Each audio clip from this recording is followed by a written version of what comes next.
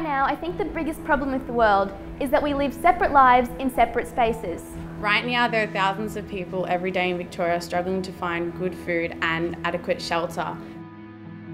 Right now, Australia is suffering an energy crisis and using fossil fuels. Our generation does not know enough about our environment. Right now, greenhouse gases are heating up our atmosphere and melting the polar ice caps. We're taking our precious natural resources for granted. Cars are always waiting at traffic lights with their engines going and wasting fuel. What if Australia's deserts were filled with solar panels? Schools use solar panels and other forms of renewable energy. What if there were timers on the traffic lights so the cars would know when the lights would change? So that we have a future generation to run and sustain the future of our environment. So right now, there are tons of people all over the world who aren't privileged enough to receive an education. What if education was free? Right now, there is no news relevant to teenagers. So what if there was a Skype-type website that allowed the children who were privileged enough to teach the kids who weren't? So that everyone can have an equal chance of learning. Right now, a person is dying of hunger.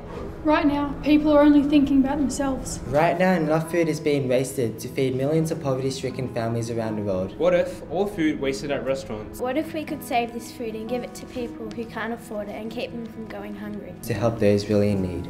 Right now, there are many people in the world who suffer from loneliness and isolation. Right now, too many young people in Australia and pretty much throughout the world are hiding behind what they think is socially acceptable. It is becoming more common for teenagers to drink alcohol on the weekends. The problem with youth in society nowadays is there's not enough places for them to hang out. What if other individuals could provide opportunities to give them true hope about life and its flourishing pathways? There needs to be more social hangouts or youth-only zones where kids could openly express how they feel and say what they want to say. So they don't resort to alcohol for fun. It's okay to be different. So the youth of today can have a voice for the future of tomorrow. And therefore make the world a better place. So that teenagers are more socially aware. So that we can live in a world where we don't need artificial happiness.